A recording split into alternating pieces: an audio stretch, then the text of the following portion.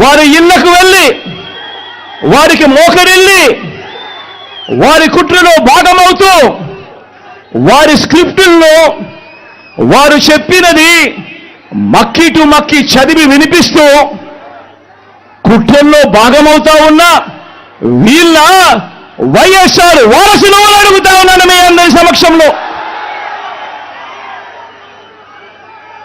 వైఎస్ఆర్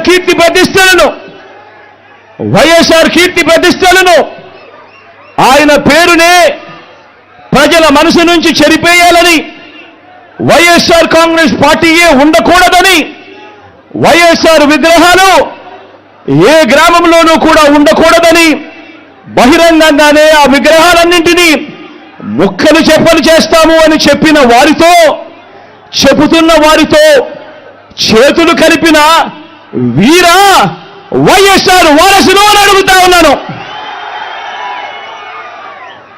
మరి ఇక్కడే ఆలోచన చేయమని అడుగుతా ఉన్నా. ఇలాంటి వారికి ఓటు వేస్తే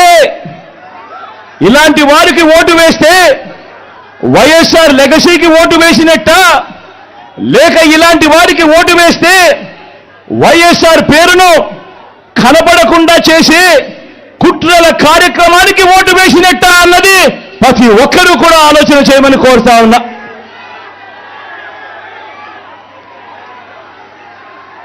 ప్రతి ఒక్కరూ కూడా ఈ చెడిపోయిన రాజకీయ వ్యవస్థను చూడమని అడుగుతా ఉన్నా.